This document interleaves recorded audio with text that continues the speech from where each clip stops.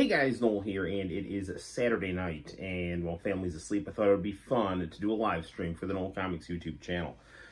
Originally, I was planning on not doing a live stream because I fell asleep on the couch watching one of my favorite YouTube channels, Basement Brothers, and at first I was thinking, I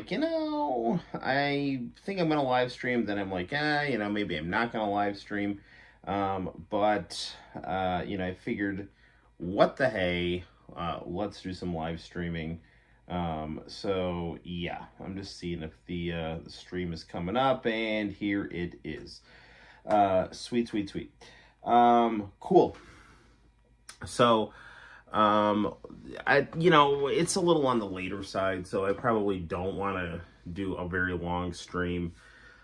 Although those are always the things that I say before we end up streaming till 2 o'clock in the morning, but I really don't want to stream till 2 o'clock in the morning. I mean, honestly, if I just streamed an hour, I'd be happy.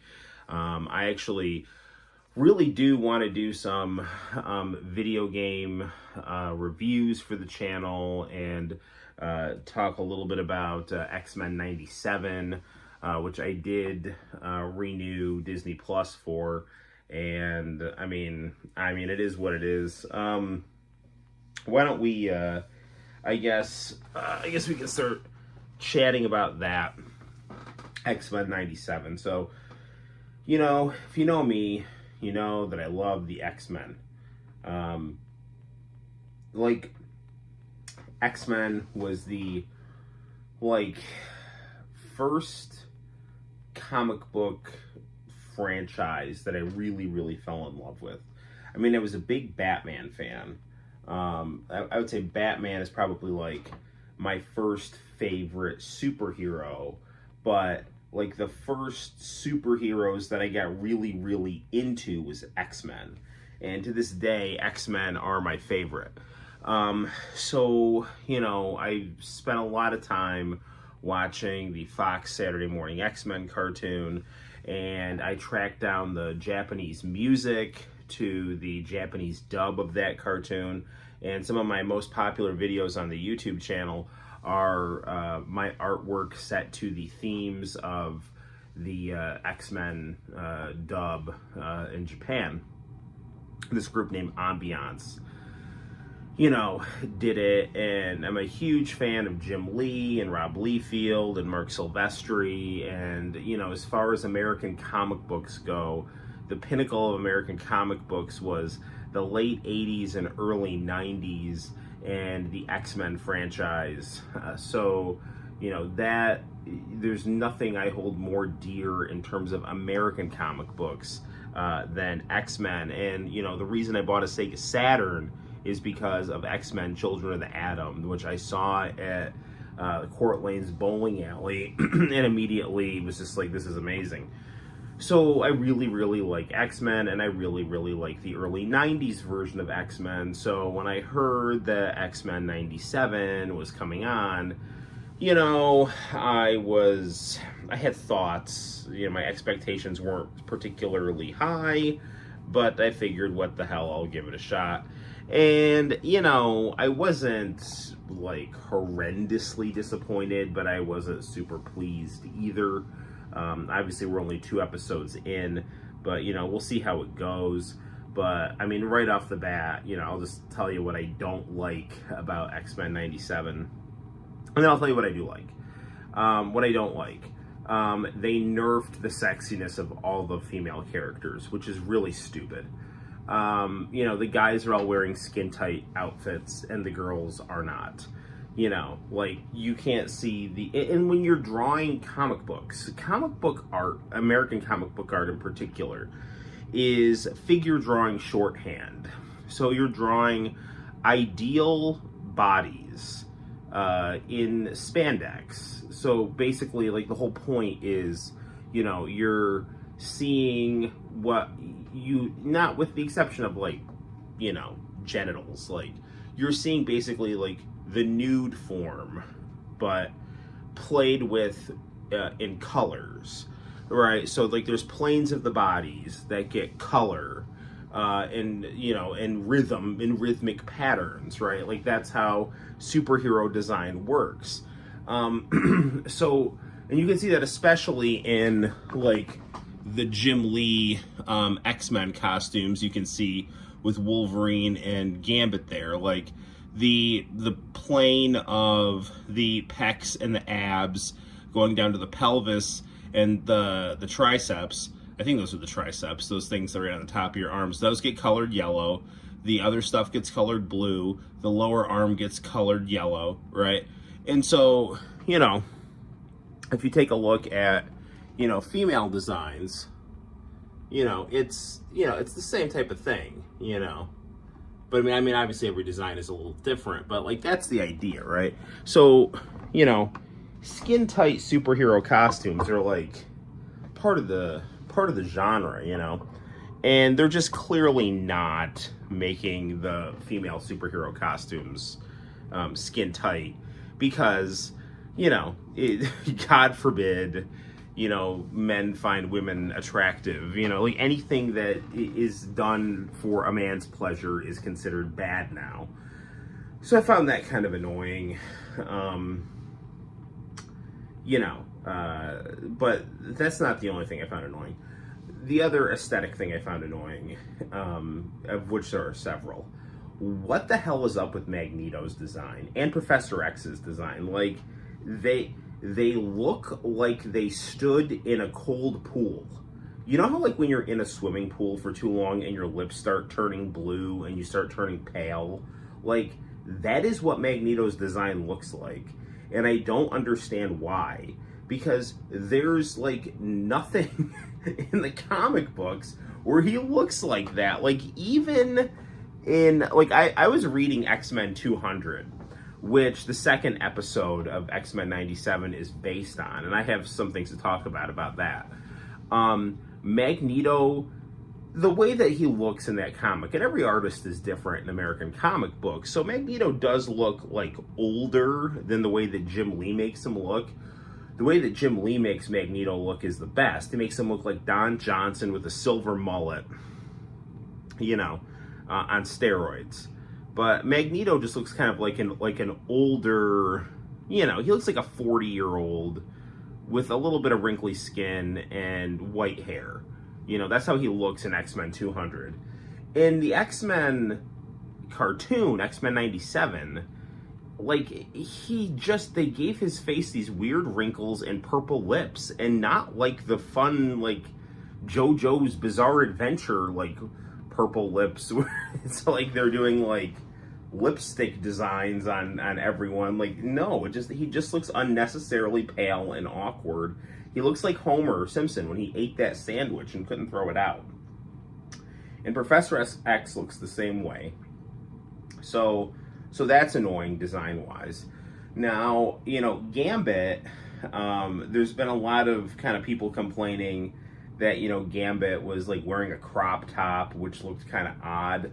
I mean, if you take a look, there's plenty of issues in X-Men where they're wearing street clothes in the early 90s, where they're wearing, like, really kind of over-the-top styles. So, I mean, it's not outside of the realm of possibility that, you know, characters from the X-Men would wear a crop top, but that's, like, not really Gambit's style. Like, I have an issue, it's an Andy Kubert issue, and as much as I hate the New Orleans Saints, because they're the biggest piece of garbage football team that ever existed, but Gambit is from New Orleans, right? He's not from New Orleans, he's from Louisiana. I don't know if he's actually from New Orleans, but so it's like Gambit's like leisure wear is like bicycle shorts and a Saints jersey in like 5 o'clock shadow. And you know, that's Gambit, you know. So like you just look at the comic books to find like their leisure wear. Instead, he's wearing this like weird pink crop top with some kind of like generic rock logo on it. And I'm like, that's not really Gambit's vibe, you know. But I mean, it's not outside the realm of possibility like someone from the X-Men would dress that way. I don't like Morph's new design. It doesn't go with his character. It's just not Morph in terms of the original portrayal of Morph from, you know, the animated series. The whole like changeling Age of Apocalypse design that they've decided to give him so he can be neither man nor woman or something is just weird. I don't really particularly like how they've kind of just radically changed Morph's design. But so there's that, like the aesthetic wise. Now, it's not hand drawn like the original, and very few things will be hand drawn. So, it's the colors are very bold, which I like. They're very vivid, they're very solid. They do a good job of capturing like the color palette of a 90s comic, which is good, which is very good. But the animation is definitely stiff. It's not like horrendous, but it lacks warmth, and that is definitely something that just happens a lot when you do digital animation. At least it's 2D, so there's that, but it definitely feels more rigid. It's more consistent. I mean, you can find, like the models are more consistent. I mean, like you can find models all over the place in the kind of early 90s Korean animated Fox cartoon, I mean, sometimes, like there's been all this drama about Rogue's butt, and it's like people will, and more often than not, she's supposed to look sexy, but like you could find plenty of off-model photos where they just kind of hastily drew her and she's not as voluptuous in the original series. And certainly like the last season of the X-Men cartoon, they switched animation studios and it looked very different. But even then, there's still a more of a warmth and a fluidity to the drawings than the kind of cold, kind of rigidness of the 97, but it's not that bad. I mean, I'm being picky because I like X-Men. So, I mean, I'm just going to speak my mind about this. What's going on in 1070? I'm talking about X-Men 97. So, the animation's stiff, the colors are nice, they've nerfed the women's sexuality, and Morph's design looks weird. And Gambit's leisure wear is is not really his style or his character. So we've talked about that thus far. And Magneto looks oddly sick. I mean, he looks like he looks like Homer Simpson when he kept eating that sandwich behind the radiator, or looks like someone who had been standing in a pool that's too cold and his lips were turning blue.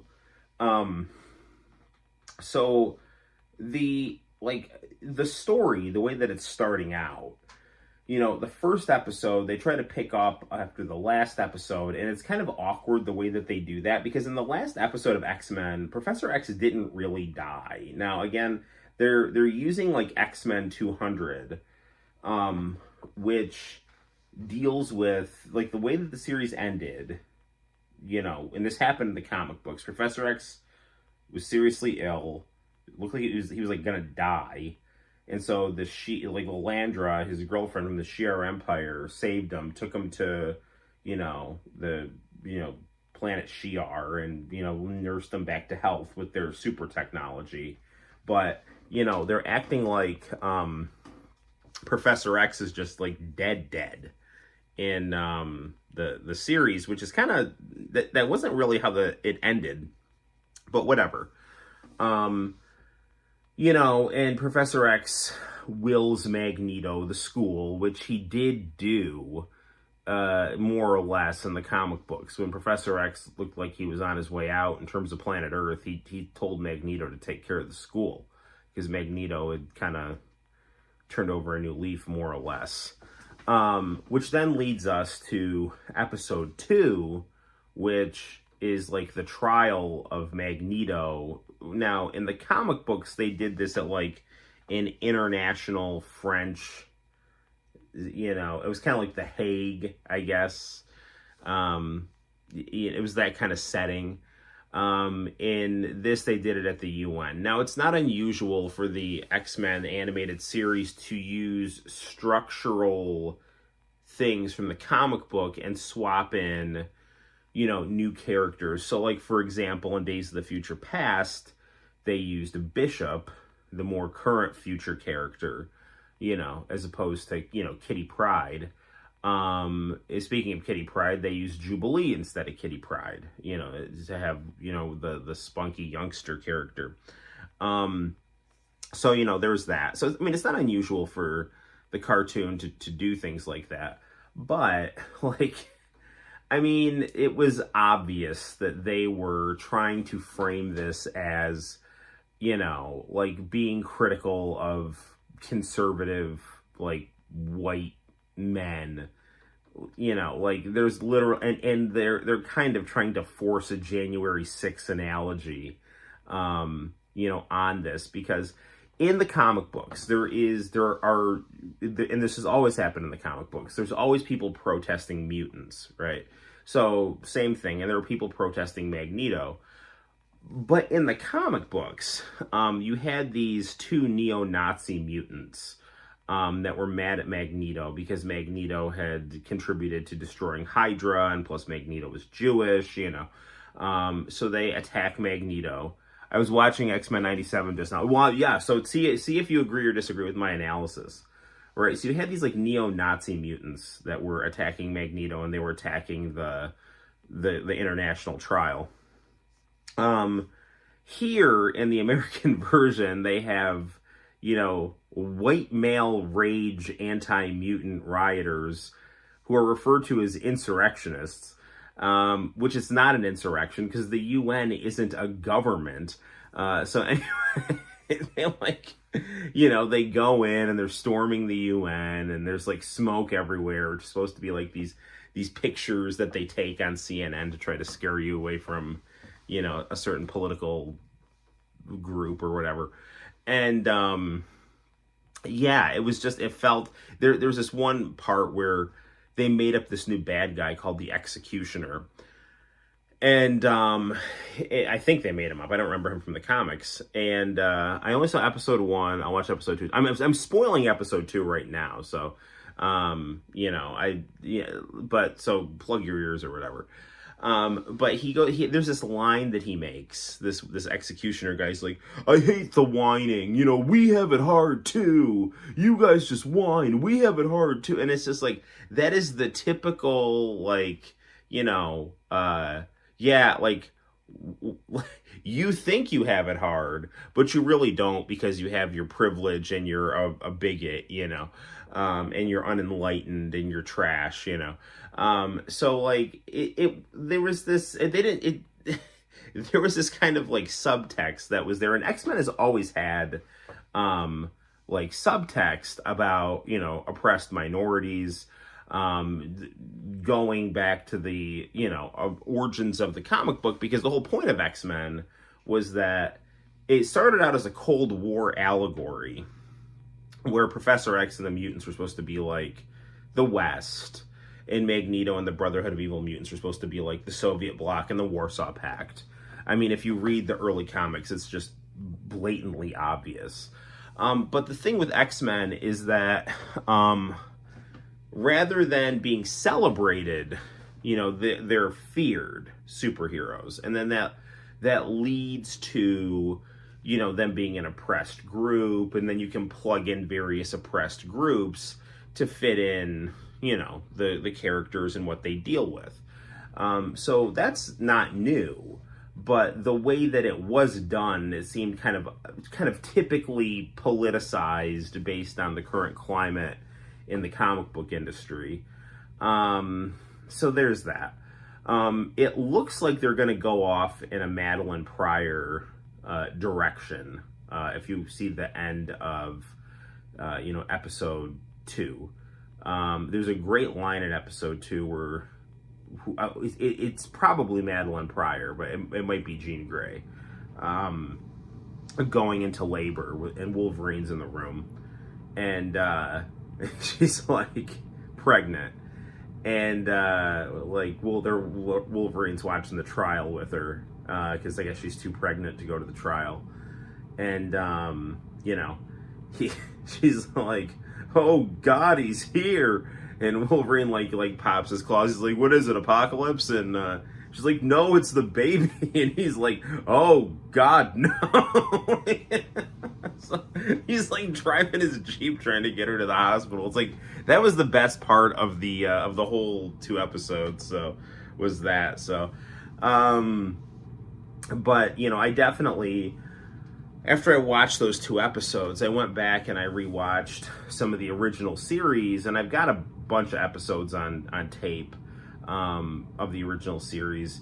So just to kind of refresh my memory to see if stuff was, you know, how well it was jiving. And, you know, it's definitely a step backwards, but I mean, it's fine. It's not like I hated it or anything like that. I'm curious to see what more episodes are going to be like. Oh, there's one more thing that really bugged me about this. Jubilee's design I don't like. Like, I understand that they're trying to make her look Asian, but she's got dead eyes. Like, there's no, like, life in her eyes. Like, Jubilee is supposed to be Chinese. She's supposed to be a spunky, wide-eyed, you know, mall rat Chinese American girl, right? And like, she's usually drawn more in like an anime style, but her eyes definitely have, like, you know, a taper to them because she's supposed to be Asian, right? But her eyes always have that kind of, like, especially the way like Jim Lee drew her and the way that she tended to be drawn in the 90s, she has like glassiness and reflectiveness in her eyeballs, you know, and she's usually has blue eyes, right?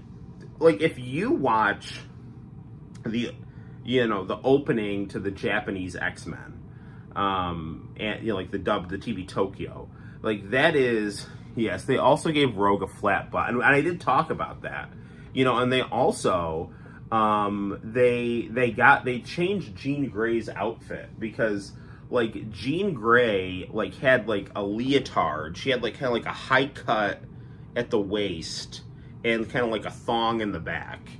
And that was how she looked in the comic books. And then in the Saturday morning cartoon, which was supposed to be for kids, they still gave her that, but they kind of widened out the thong in the back to make it less like to soften it a little bit for the kids, you know. But they just totally got rid of that on her costume, and it just looks stupid, you know. And Storm, like, I like Mohawk Storm, but her mohawk does not go with that white outfit. Like, it doesn't look good. And I don't really like the way I don't like the way they drew her face either. Like, they made her, I don't know, they made her features less delicate. Like, Storm is supposed to be black. There's no question about that. But it's like they almost kind of made her look, I don't know, like, her cheekbones were like extra defined. Like, I don't know, they draw her something like that sometimes in the comic book, but like, I don't know, I'm just used to the way Jim Lee draws the characters, you know. And Rogue did have shorter hair when Jim Lee was drawing her, but she really had the more like Sheena Easton short hair, where it was like kind of tight on the side and then like kind of float on the top. So, I mean, I understand that I'm being picky, but, like, this is something that people have waited a long time for, okay? So, oh, Bishop is another one whose design they screwed up. What the hell is going on with Bishop? He's less buff, and he doesn't have his mullet, right? Like, what are you doing? You know, like, why does Bishop not have a mullet? I understand that, like, as the series progressed, eventually they, like, shaved his head, and I thought that looked incredibly stupid, despite the fact that I think, like, having a shaved head looks awesome. But, like, Bishop is supposed to have a mullet. Like, that's what he's supposed to look like. Bishop has a mullet, you know, and he doesn't have a mullet in this. So, anyway, in conclusion, X-Men 97. I mean, it's fine. It's definitely way better than X-Men Evolution, or Wolverine in the X-Men, you know, at least from what I've seen of, like, the 2 episodes of X-Men 97 that I've seen versus the other X-Men cartoons that I've seen that were trying to be based more off the movie mythos, which I thought the movies were horrible, because whoever, what's his name, Brian Singer or whatever, he has like no appreciation for, he got rid of the costumes, so the casting was real hit and miss. I mean, Hugh Jackman was great, Patrick Stewart was great, but other than that, Halle Berry was good. But other than that, it was like, what are you doing, man? Like, the way the casting for Rogue that was horrible. Sabretooth in the original was an abomination. Anyway, but like, so I digress. But X-Men 97, I mean, on a scale of 1 to 10, as of the first 2 episodes, I'd give it a 6. Whereas the animated series, I would give a 10, the original one. Now, I would give Pride of the X-Men a 35, because the animation in Pride of the X-Men is like phenomenal, and the animation in the the Fox Saturday morning cartoon one is good, but it's inconsistent. But it's got the vibe of the comic book down. X-Men 97. If you ever read like the kind of the more recent comic books, X-Men 92, the animation style in like that looks, I mean, the art style in X-Men 92 looks more like the art style in X-Men 97, the cartoon. But I just would like an X-Men cartoon to look like the Japanese opening, and that's because like they did a good job capturing the Jim Lee, Mark Silvestri, Rob Liefeld vibe. If you can get those things down and accurately capture it, then you will have X-Men. Can you imagine if they did something like this with Spider-Man the animated series? I think they will. I think it's only a matter of time before Spider-Man the animated series gets, Spider-Man 98 or whatever. And we get to see, the Conan O'Brien Mary Jane that was brought to us in current video games. So, yeah, I don't know. I mean, there's all this crap about the whole, like, Sweet Baby Inc. Gamergate 2 or whatever, but, like, I mean, honestly, I did a video about that where I just kind of expressed my thoughts on it. I mean, I think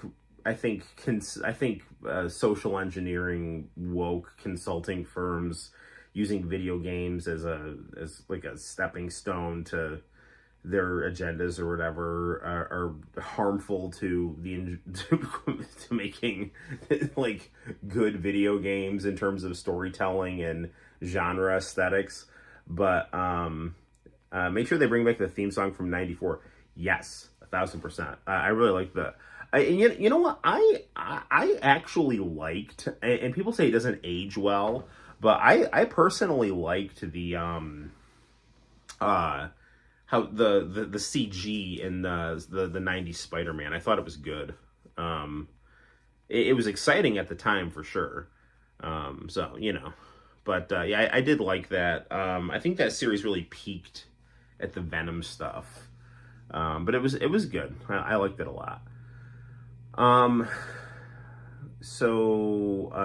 Yeah, but I think there's just a lot of YouTube channels right now that are just driving it into the ground, and I just don't care, like, whatever, I'll just leaf through my YouTube recommendations, and if it's interesting, I'll sit through it for a little bit. But RGT85 did a good video on this topic where he said that, one of the reasons that video game journalism is so bad is like, they're using a corporate model where they're just hiring, anyone to do these jobs. And, what you're getting is, people that are, coming out of college with ideologies and, and they're just going nuts, and not going nuts. I mean, they're just, it's just balls to the wall for them, pedal to the metal, and they don't necessarily have an appreciation for what, traditional, video game magazine, video game review, are supposed to be. And that's not to say that they were like so great in, the time before 2014. Like, G4 were definitely, you know, shills for a handful of video game companies, you know, and there's always that game that gets played where, you know, like you scratch our back, you know, we scratch your back kind of thing. You know, we give you access, you give us good reviews, you know, and you know, and in the case of G4, I'm sure they wanted the games that they favorably reviewed to align with the, you know, desired image of the network, you know. So, I mean, G4, for as, you know, many good things as there was about it, you know, toward the end, you know, I think one of the reasons that it failed is because the video game reviews were getting really shitty. So, there's that. Anywho, so I've rambled on for about 30 minutes. Why don't we play some video games? My phone is being weird. It keeps kind of going into like power save mode. I can see it. Like sometimes you'll see me like touching the screen. It's because the screen is going a little dim. Today, Santino got his first reconciliation today. So we bought 2 video games at GameStop at a tidy price. Nice, pretty cheap. I got Ninja Gaiden 2 for the Xbox 360. And he got this WWF game, which actually looks pretty fun. I actually downloaded I paid an extra $15 to get like Hulk Hogan and Ronda Rousey and all these guys. So, but no, the video game that I have on right now, I got the Super Console X on, and I think we're gonna play some not JJ and Jeff, Kaido and Ken. I think we're gonna play the Japanese version on the PCEngine emulator. So, yeah, there's that. So, let's try to set this up here. And, hello. Try to position this in front of the monitor here. Dun, dun, dun, dun, dun.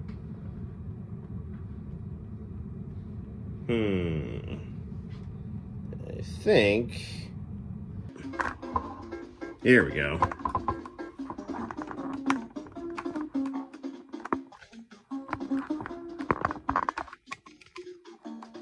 There we go. That's much better. Okay, how's teaching going? The usual. All right, here we go.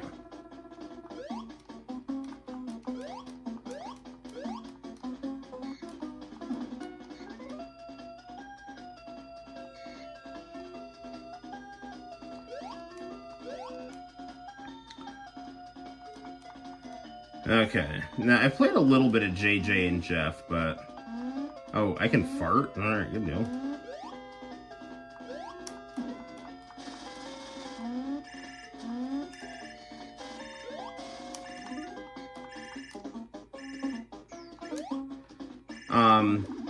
This really definitely showcases the PCEngine. Hang on, I'm gonna try to adjust this camera a little bit there. There we go.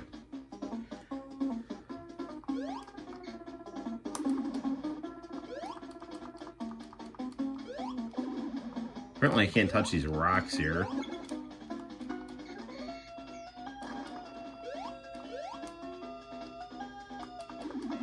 Dude, I kicked that dog. Game over. This is some BS, man.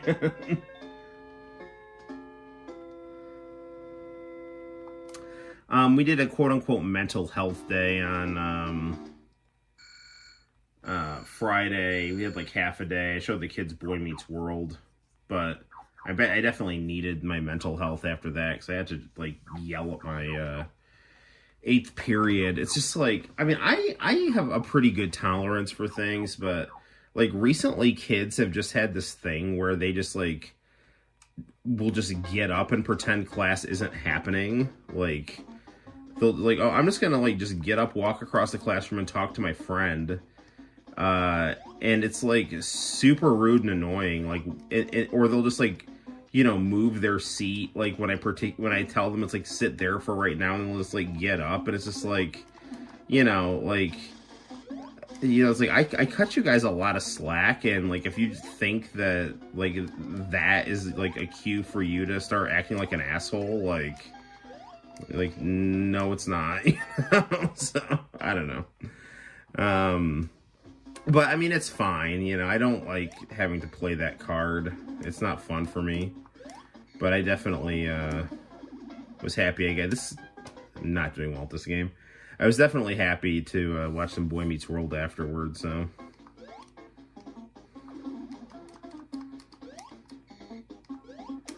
Dude, what the freak, man?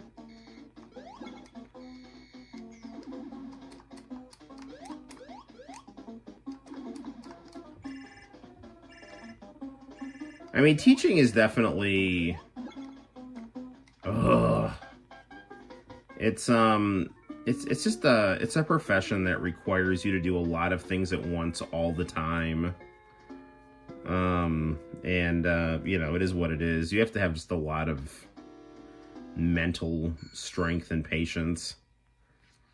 And I think that's why jujitsu is very helpful for teaching, because it just kind of teaches. With jujitsu, you have to manipulate, you know, your enemy's aggression to your advantage, you know, and just learn how to flow with things, and that comes in very handy with teaching a lot.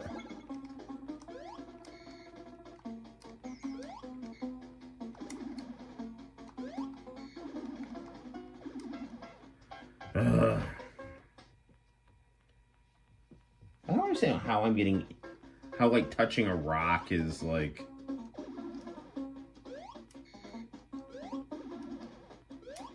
Okay. Apparently you have to like double jump those things. This game is definitely not user friendly. It's beautifully made though. Like I love the graphics on this.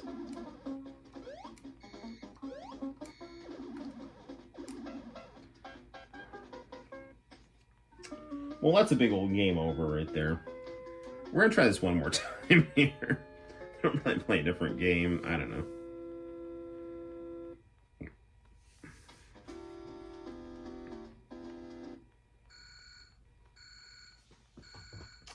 They need to make a game like this with Downtown from Hey Hey Hey Music Champ.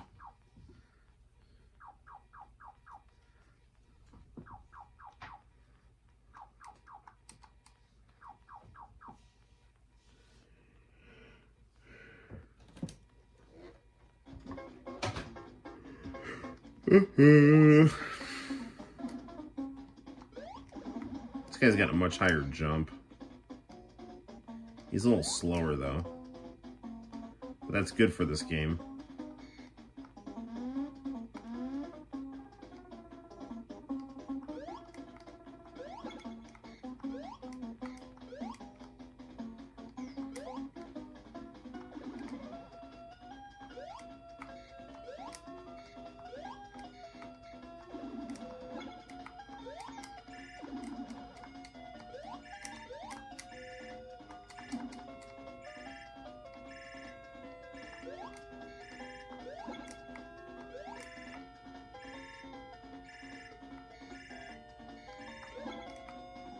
Yeah, this guy's like much better to play as.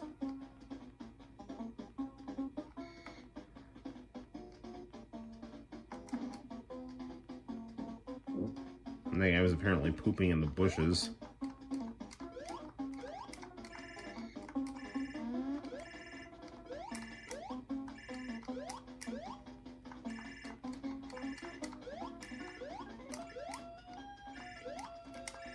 Dude, what the freak?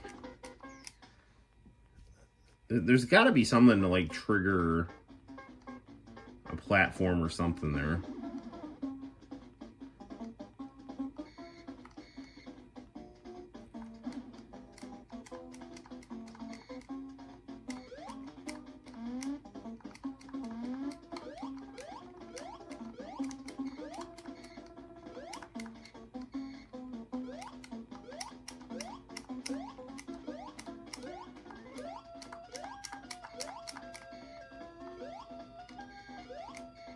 How do I...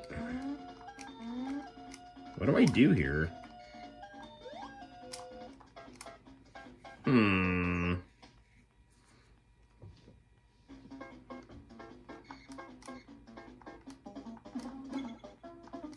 Maybe that's it.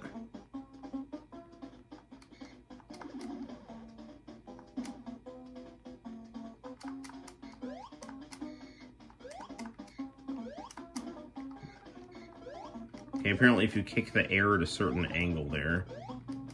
Of course, now I have, like, no health.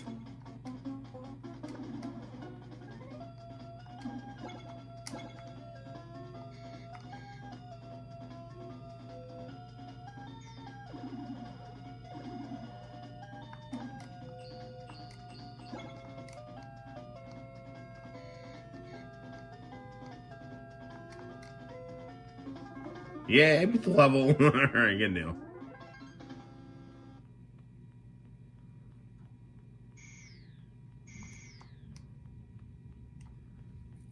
Alright. I'm gonna save state this.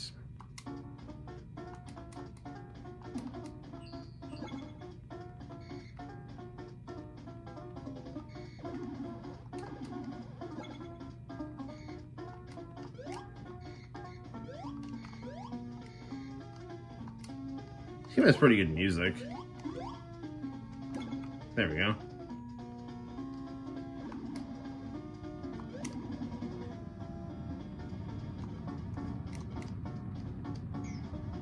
I can just dodge the birds pooping on my head.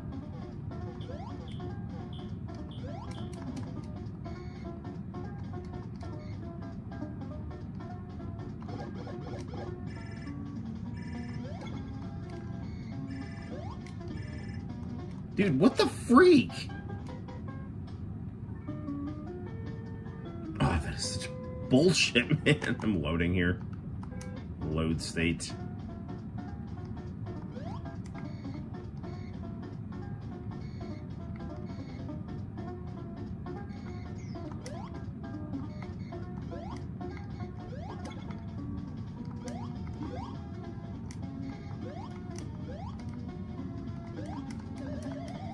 Ooh, can I go in here? What the hell is this? I guess I can, like, replenish my health in there. That's good to know.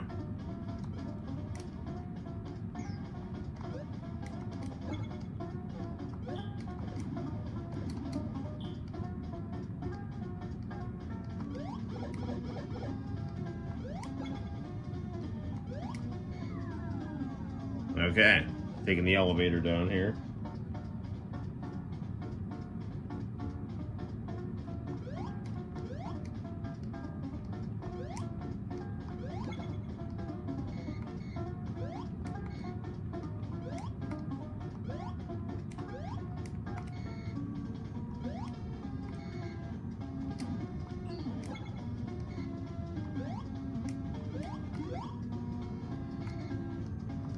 Ah, damn it!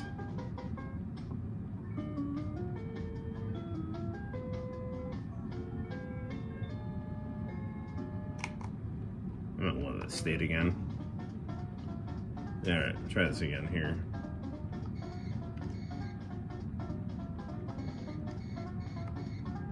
I like the,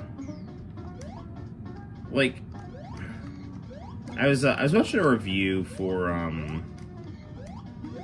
these X-Men games on Sega Game Gear, and you know, I was like thinking to myself, it's like, you know, those games would look so much better if they tried to look more like this game. Now I understand that it's hard, you can't pull off necessarily like 16 bits on a Game Gear, but like Game Gear was like basically like a portable Master System, you know, and like you rather than having like stick figures running around would do better to have like these kind of chibi graphics, you know, because they're much more expressive, you know.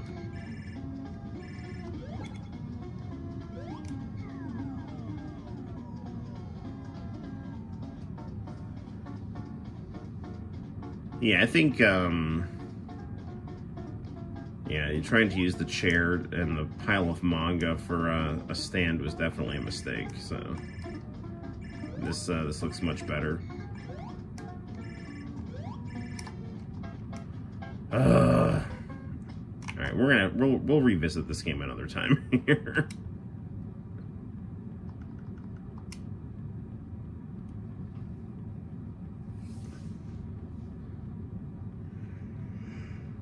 Do.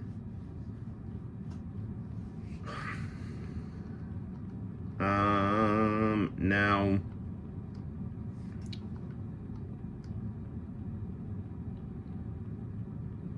Mackay Prince.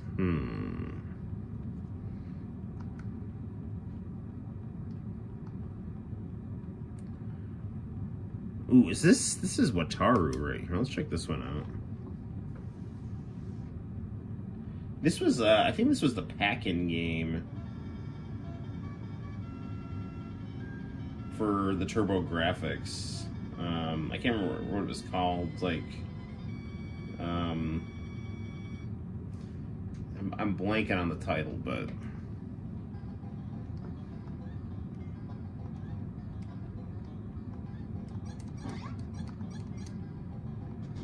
Guy Jillionaire did a good video on Wataru. I have the Famicom game of this.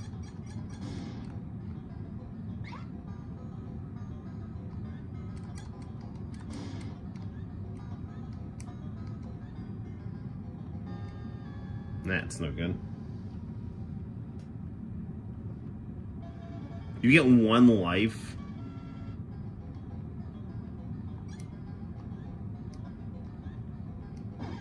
I guess you get 3 hits though.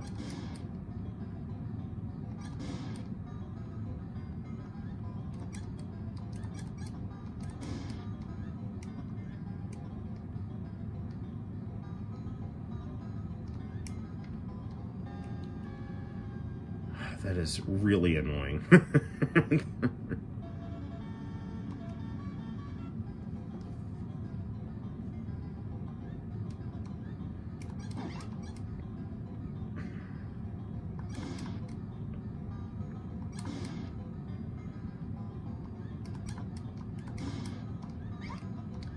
I think it's funny that Sega made bad versions of Altered Beast for their competitors.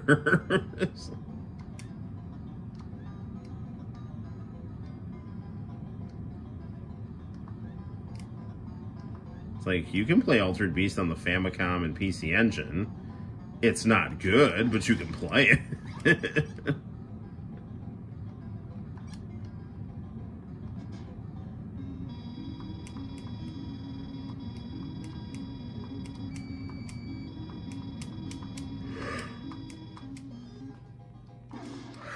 Oh,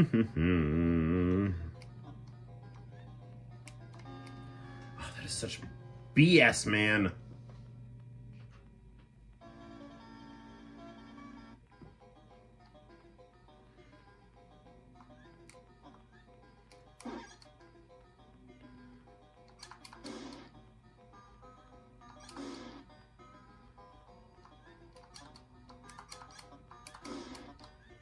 So, another game on the PCEngine that I've been playing, this is bullshit.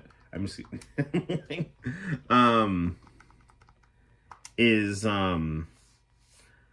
they have this weird girly version of Street Fighter 2 called Strip Fighter 2 on here, and it's it's odd. And I was playing it actually earlier. I do have a save state on it here, so I kind of want to see.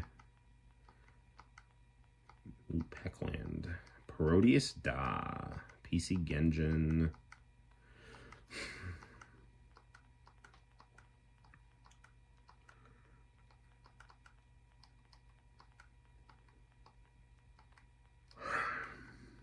There it is. All right.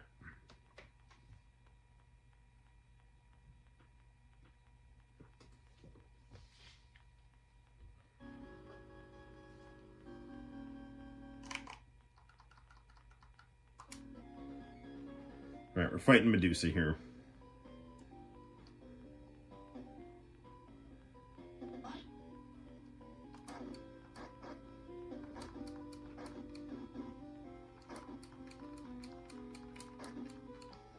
I mean, it's not necessarily the best fighting game. It's playable though. And graphically, it's pretty impressive. I mean, this is like a very early version of Dead or Alive. With like 2D gameplay and stiff controls.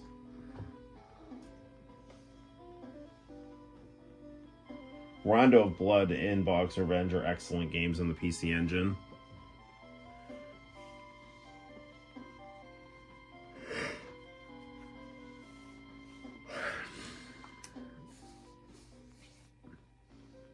I have a PCEngine. I'd like to get more games for it, and I would like to get a CD drive for it so I can officially play my Cosmic Fantasy and Fighting Streets.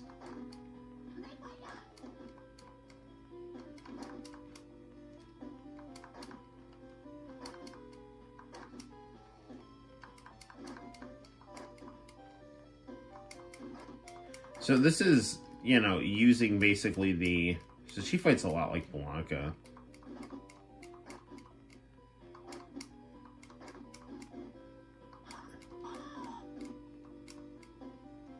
So, I mean, this... Because PCEngine only had a couple buttons, this uses the select button to toggle between your punches and your kicks.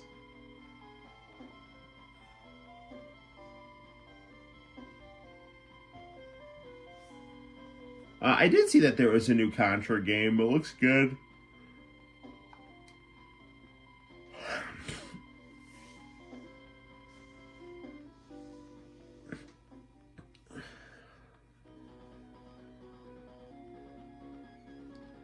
Ooh, the mirror match.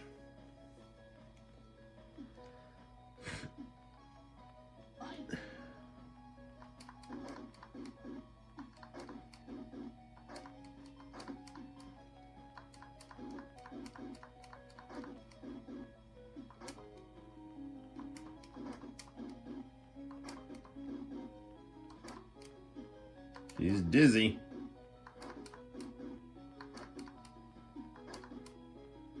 It's for like, I basically fight with her like I fight with Balrog. I just try to like work my my cross, but in this case it's a kick.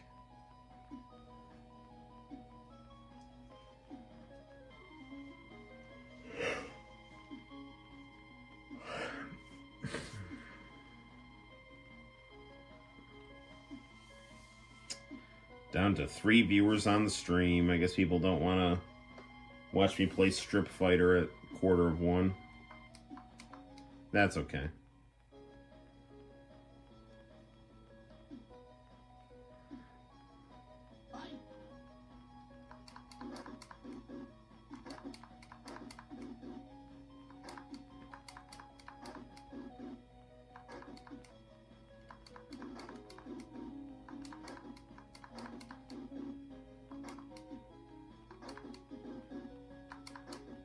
I don't really get what's up with her fighting stance. Like, when she walks, how she has her, like, hands, like, over her head. I guess she's supposed to be, like, a ballerina. Like a ballerina in, like, lingerie or something.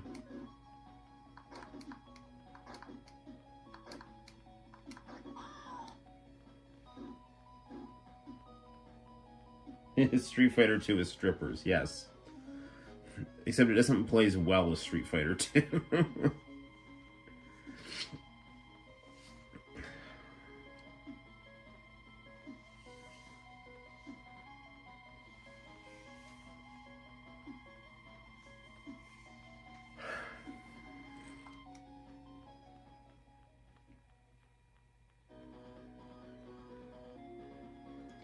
Amanda. That is a lot of woman right there. Apparently she has a purple afro, too.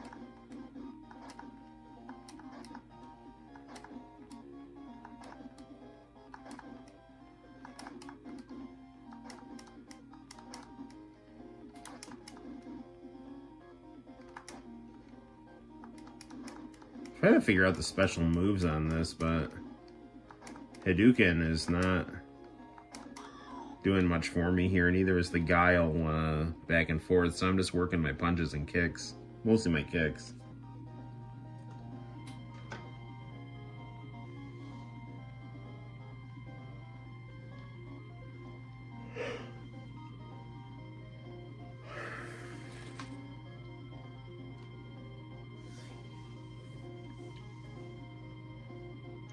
Yeah, I was playing some Ninja Gaiden 2 on the Xbox 360. It's a good game. It's like very, very hack and slashy, like Dead or Alive, but with like ninjas and like limbs everywhere.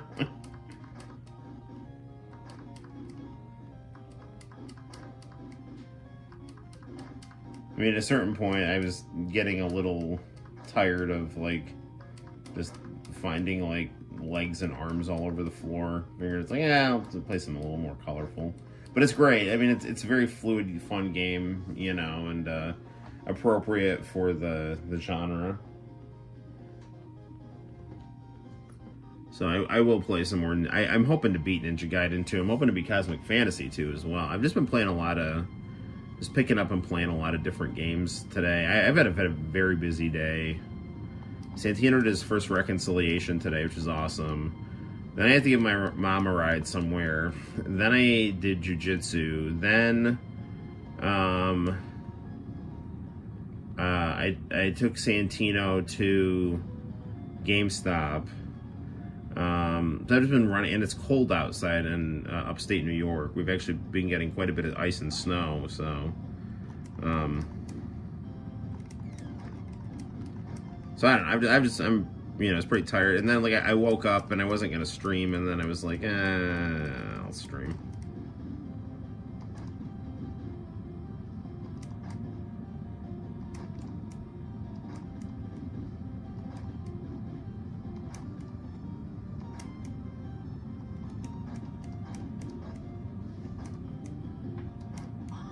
There we go.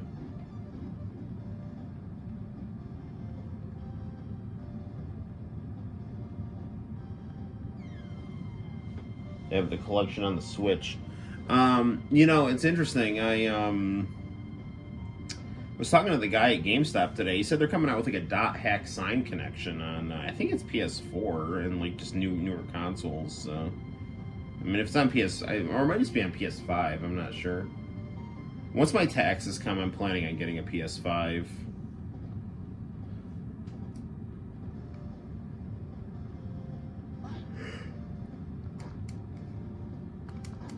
It's to the point now where they've got enough good games on it. You know, I want to play Rebirth and Tekken 8, you know.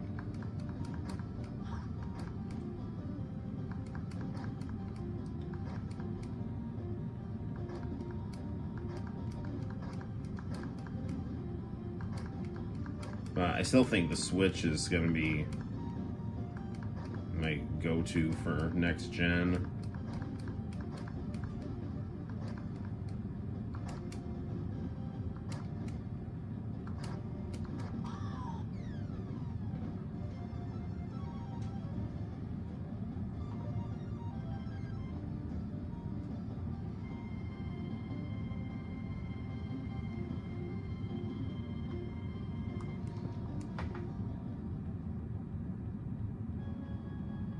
Well, apparently that's it. There's like no endings. I mean, I am playing this on like the easiest setting, but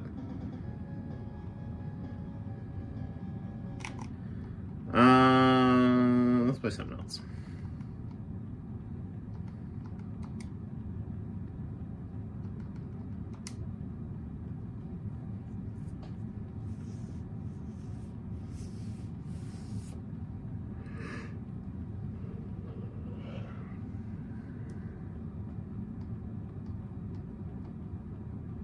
Check out Street Fighter. This is a particularly impressive port of Champion Edition.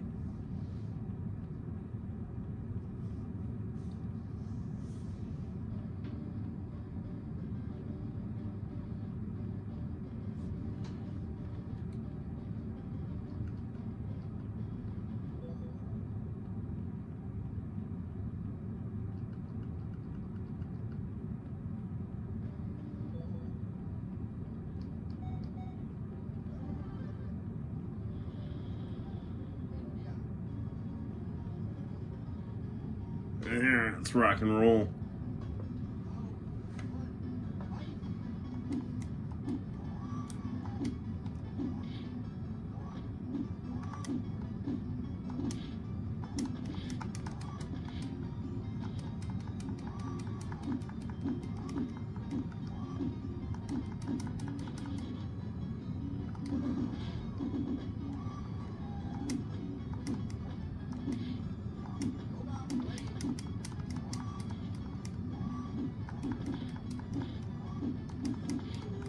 This is visually very impressive.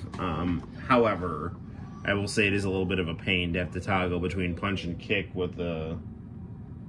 Have I had crazy puffs from Little Caesars yet? No. But I had really good breadsticks from McGraw's Small Town Pizza today.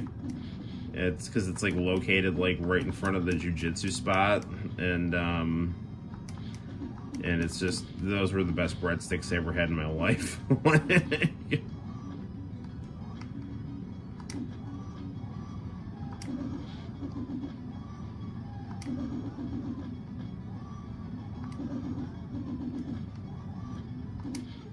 There we go. My favorite thing about Little Caesars is like they're the only place in town you can get stuffed crust pizza from. We don't have a Pizza Hut anymore, you know?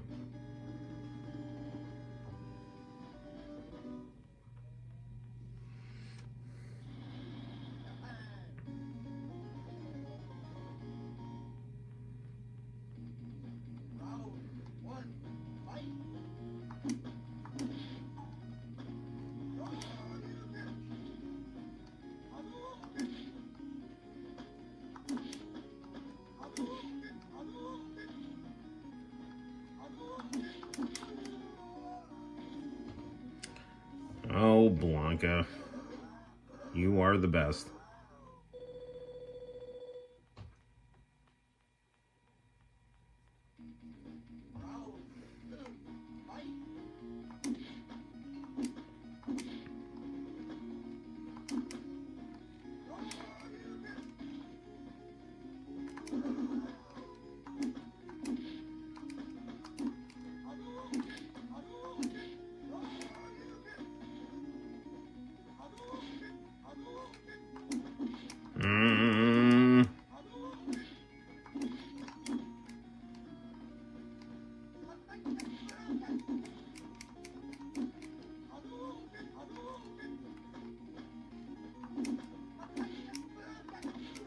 Oof, that was close. But we got him. Ryu and Ken are the best. Yes, that is true. I heard Cortland is getting a Pizza Hut. I don't know when and where, but I did hear that.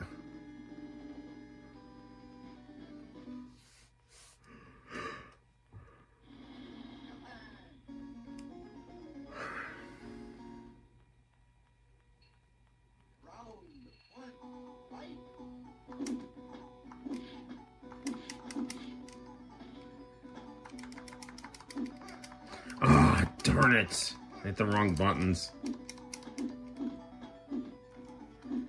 I'm not used to... I'm using a PS4 wired controller on this. So sometimes I'm not used to playing Street Fighter 2 with just 2 buttons, so I hit the wrong buttons there.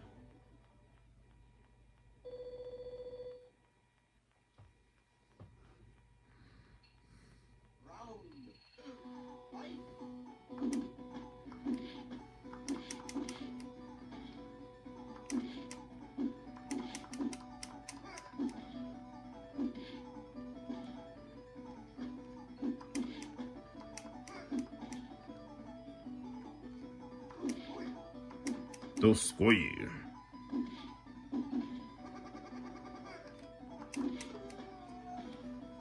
Sorry, Edmund Honda.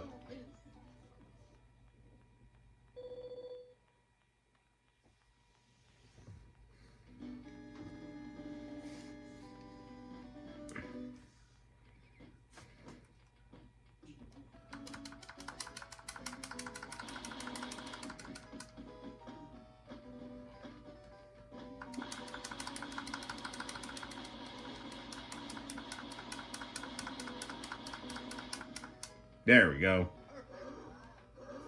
You know, I heard they were working on a port of Mortal Kombat for TurboGrafx PCEngine, but since it was just dead in America, they decided just no. But really could have helped breathe some life into it.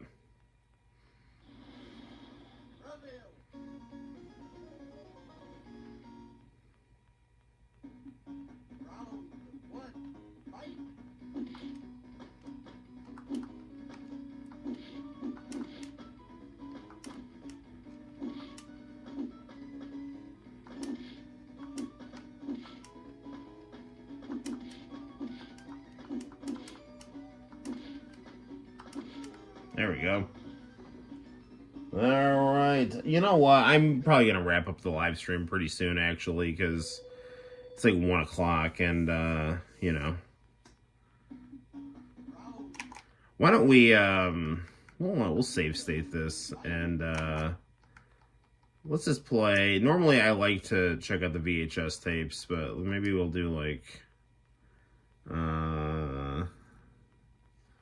one more good PCEngine game.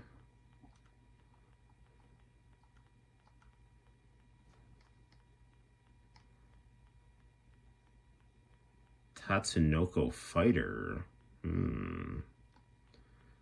Tatsujin. That's Truxton. Toilet Kids. Okay. Ooh, this is Bumpin' Pro Sumo on the TurboGrafx. I really like this game on the Famicom.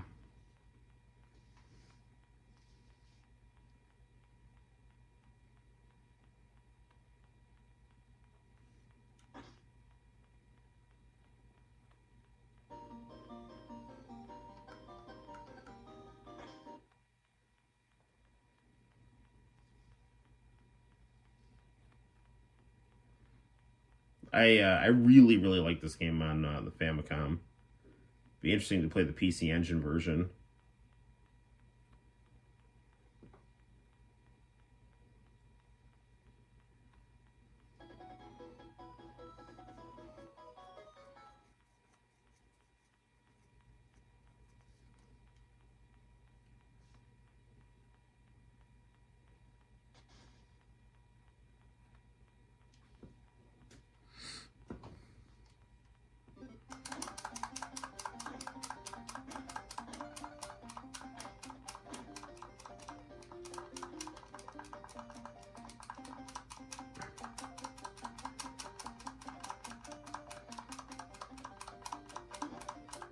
Ah, darn it.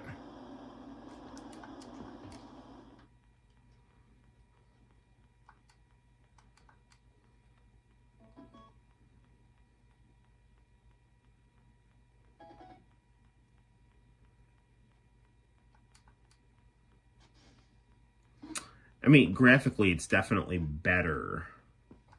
There is something to be said about the charm of the Famicom version, though.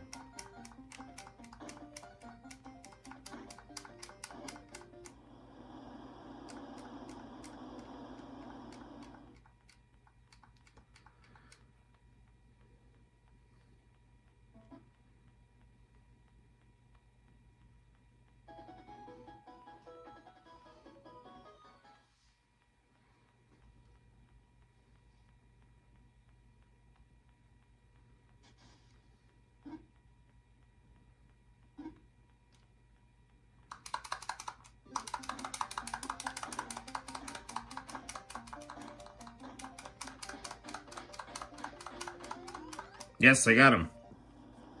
Right? No, that wasn't me. Darn it.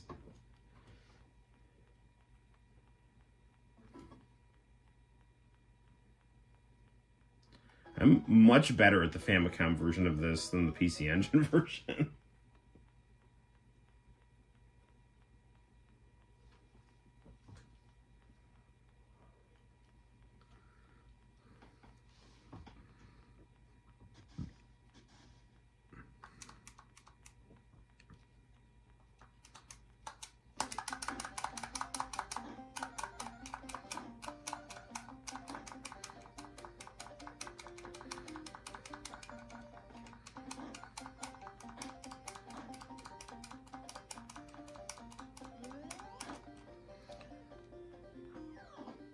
this game is not working for me. I gotta, like, I don't know, spend some time, like, Googling the controls there, but I'm definitely much better at the Famicom version of that than the PCEngine version. The Famicom version, you can just basically, like, button mash and push the other guy out, so that doesn't quite work in that version.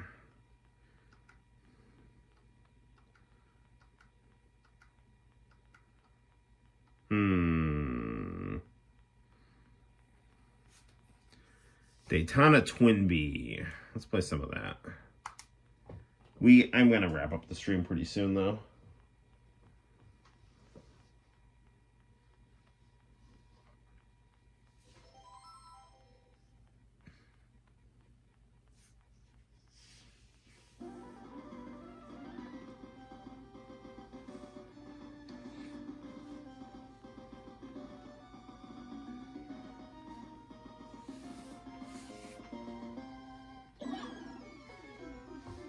I love Twinbee.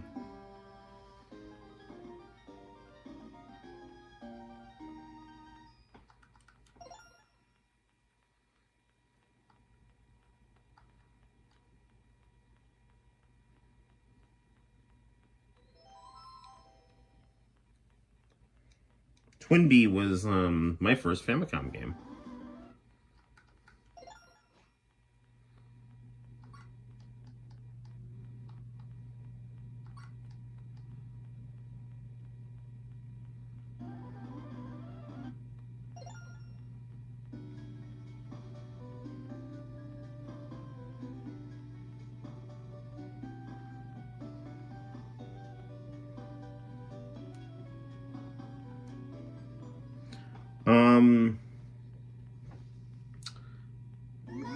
I want to say I've beaten this on the Switch.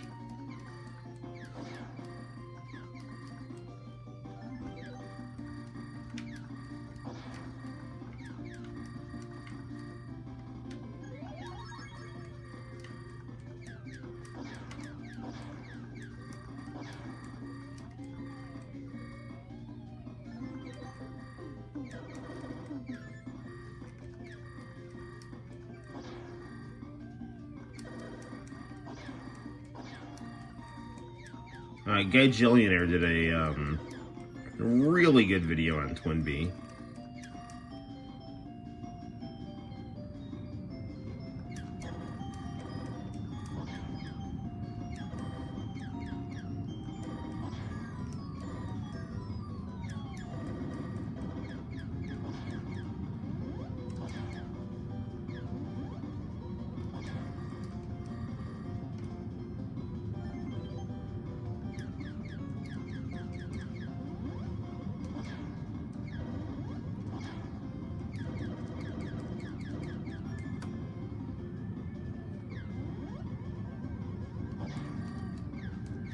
Yeah, I mean, personally, I like cute 'em ups better than shmups, just because I like how colorful they are.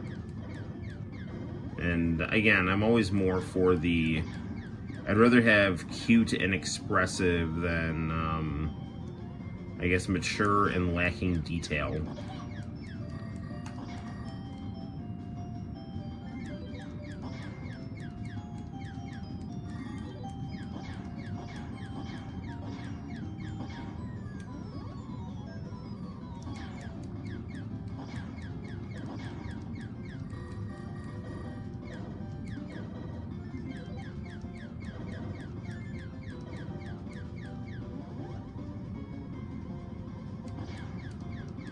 Come on, Twinbee.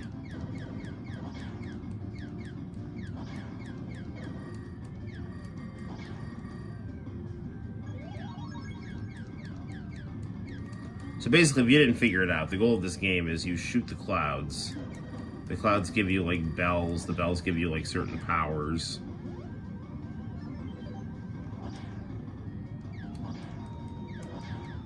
And you just shoot what's in front of you and throw bombs at what's below you. And a good time is had by all.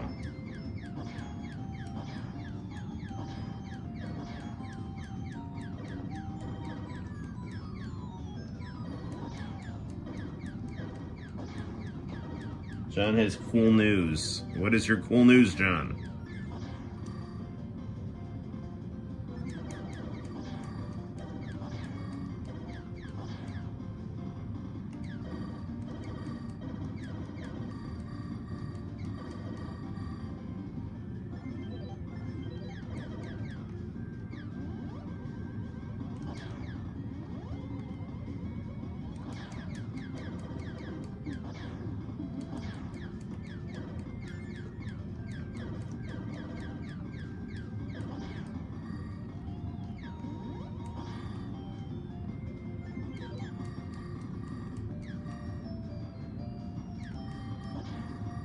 Cool news is I'm I think nearing the end of this level here.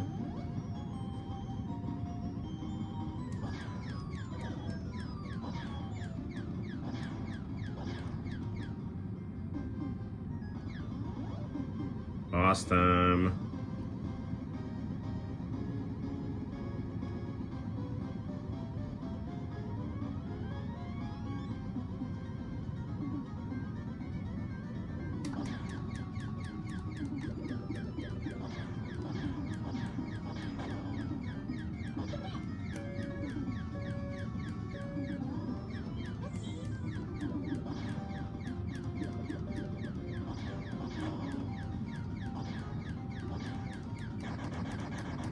Alright, we got him.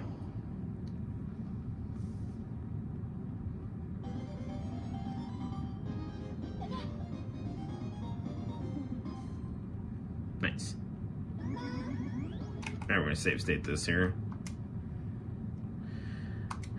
Okay, save state. Alright. It works for me. Alright, so let's close content. Okay.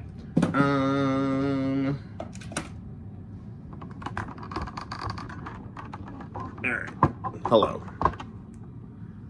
You realize that the NASCAR Xfinity Series Team Motorsports has me as a driver for them with my sponsor DP Dough. Well, that's cool. Good old DP Dough. Whoa. Ah! And the Rock Bar and Grill. I love the Rock Bar and Grill. You know, sometimes I like to go to trivia at the Rock. That is a quality date night right there. Trivia night at the Rock.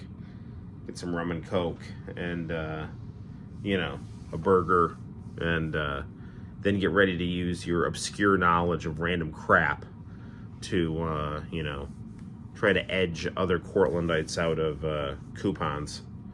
That's a life worth living. All right, so why don't we?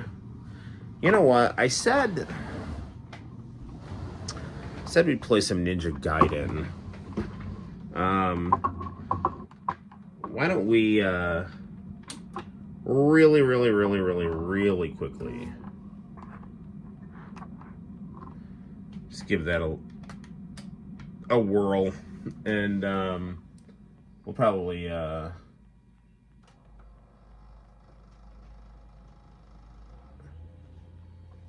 don't know. It's getting late. I don't know how much we got for tapes.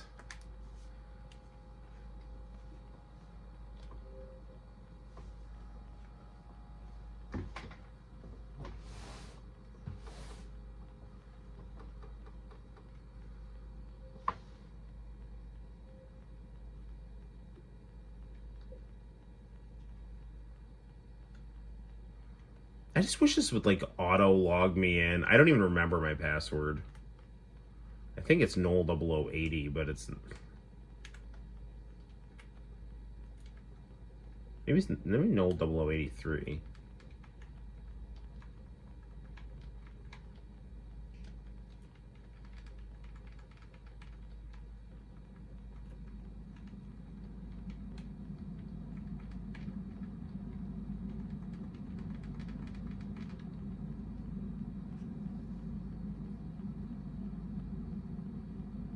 Yeah, it's not. Whatever.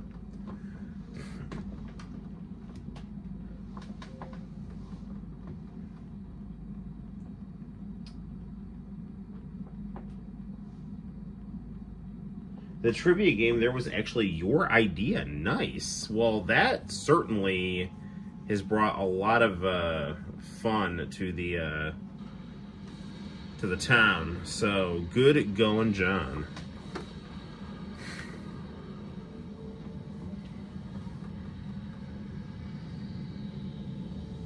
It stemmed from Central City doing trivia. I used to do trivia at Applebee's too.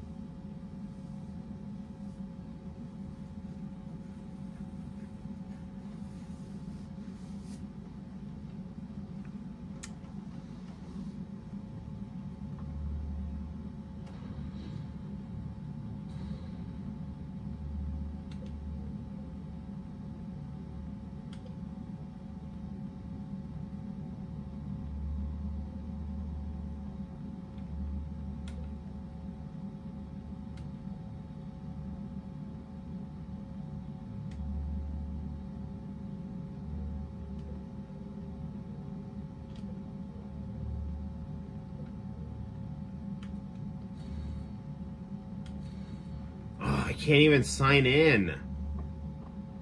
Oh, that is such bullshit.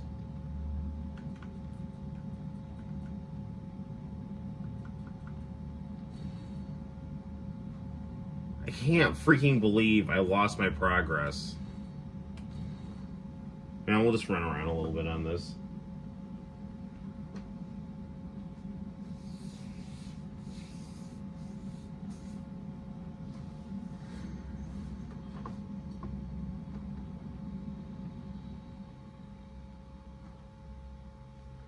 So I had played this game for probably about an hour and, you know, made a little bit of progress and took a break.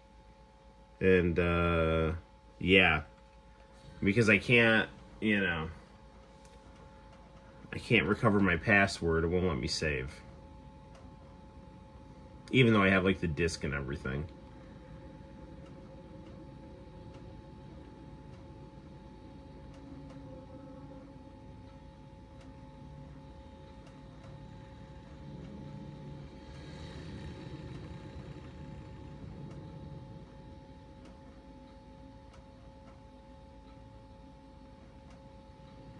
My Xbox 360, I don't know if it's the disc or what, but it's very loud. I can really hear it. So, let me get this straight. You don't have a clue where I can find the new Hayabusa? No one knows where Emilio goes. If he isn't at the Hayabusa village, he could be halfway around the world. Sonia, was it? Do you have business with Ryu? I do. And what might that be? All I'll say is that it concerns the Archfiend. Oh, the Archfiend.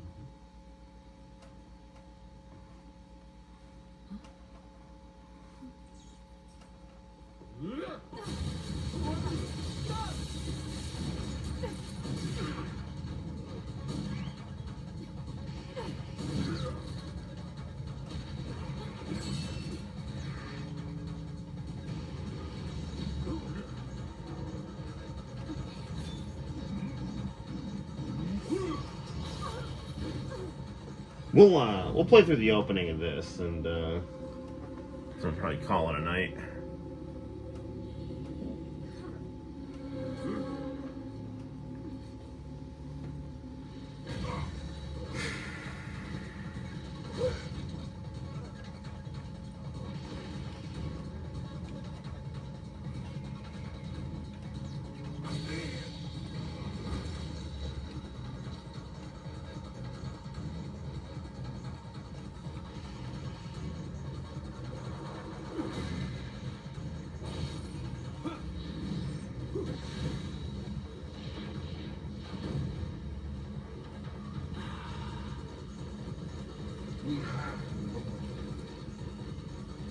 I expected more of you, Hayabusa. Alright, let's do some hacking and slashing. Or slashing and hacking.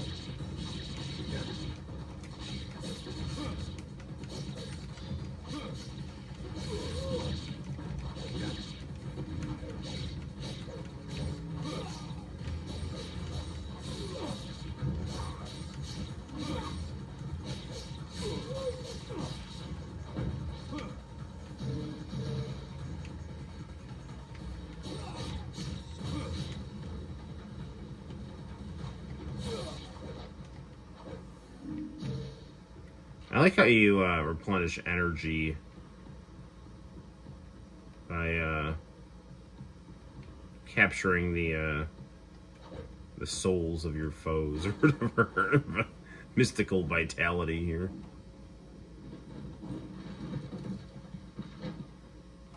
Oh, why, if it isn't you.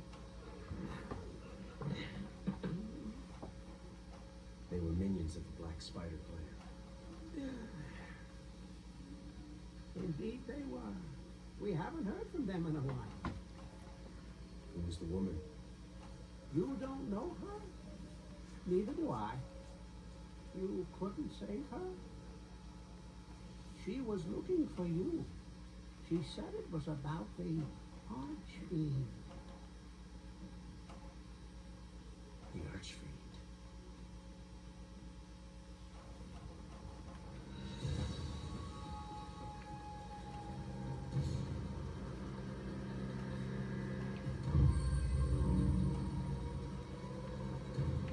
Well, there's no point in saving if I don't have my password, so let's do a little more hacking and slashing.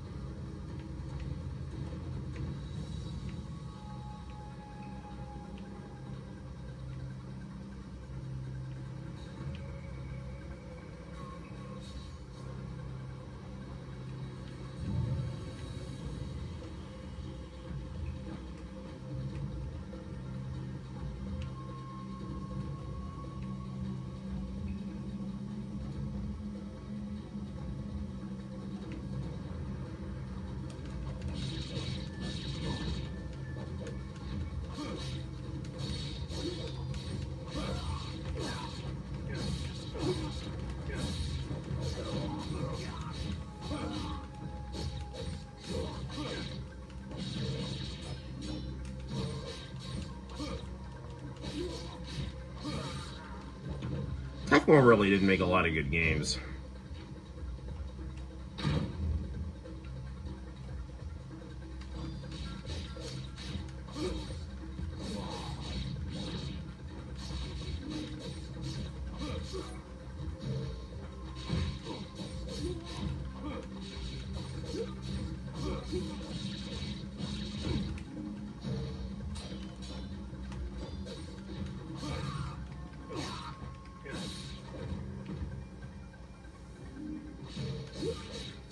It's crazy how, like, the guys when they're like, even like just, you know, you think you have them, but they still have a little bit of health left, and they're like still shooting stuff at you from, you know, the ground.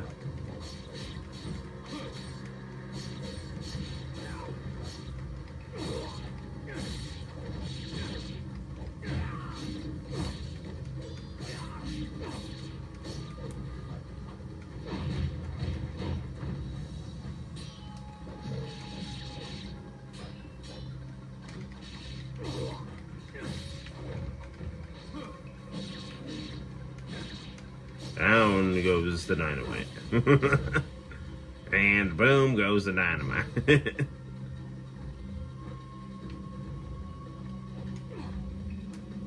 I didn't quite get it.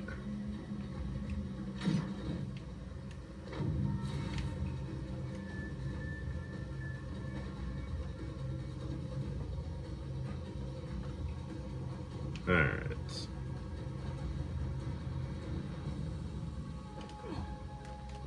Gosh darn it. Hate that jump. Alright, let's try this again, Hayabusa. That didn't work either. I have done this. I know how to do this. I just don't remember how to do it. Here, hold on. There it is. Hi, fellas. Time to die. Like, I mean, I would like to be your friend, but you keep trying to stab me, so I'm gonna have to make sushi out of you.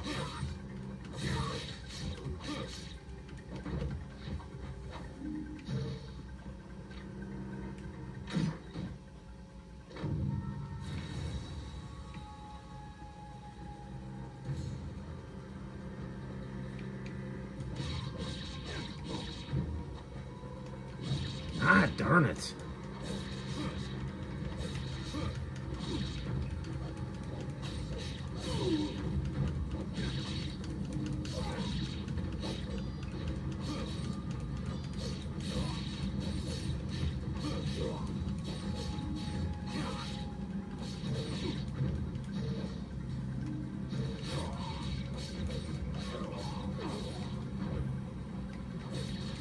Down you go.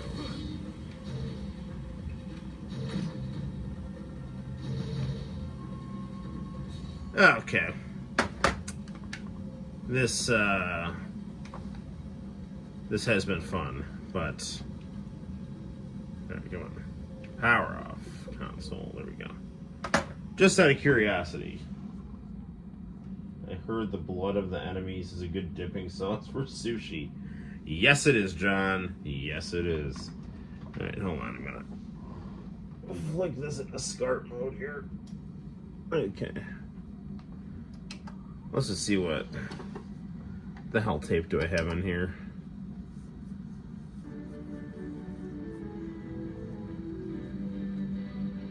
It's TM Network.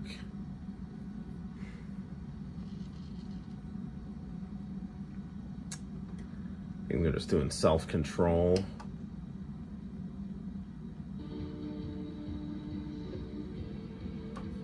It's a more recent concert of theirs.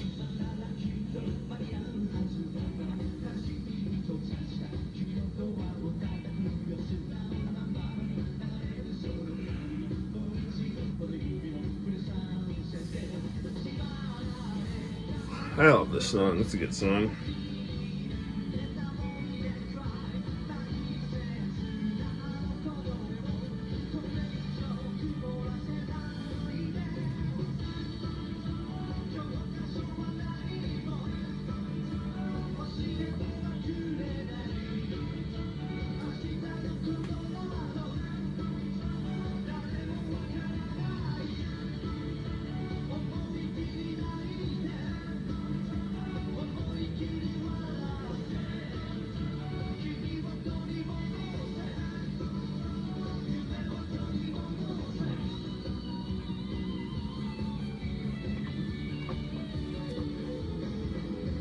Yeah, I used to just tape a ton of TM Network stuff at my friend's house back in the day.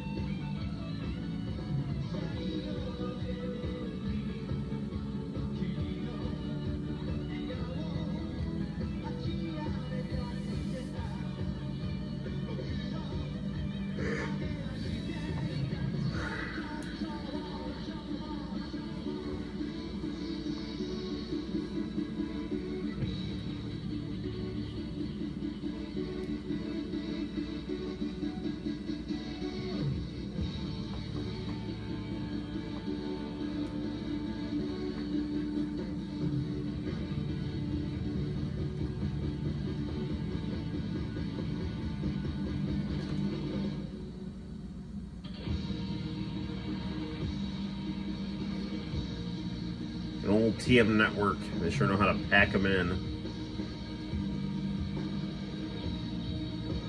The Time Machine Network.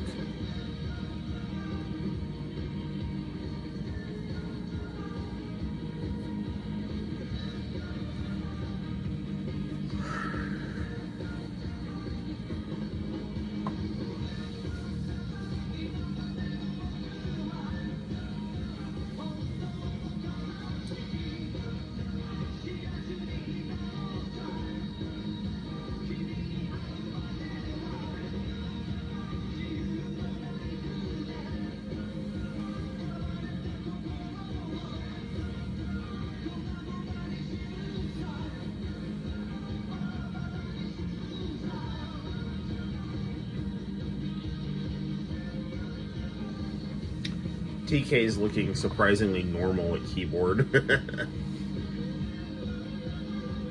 Normally it's like wearing a blouse or something.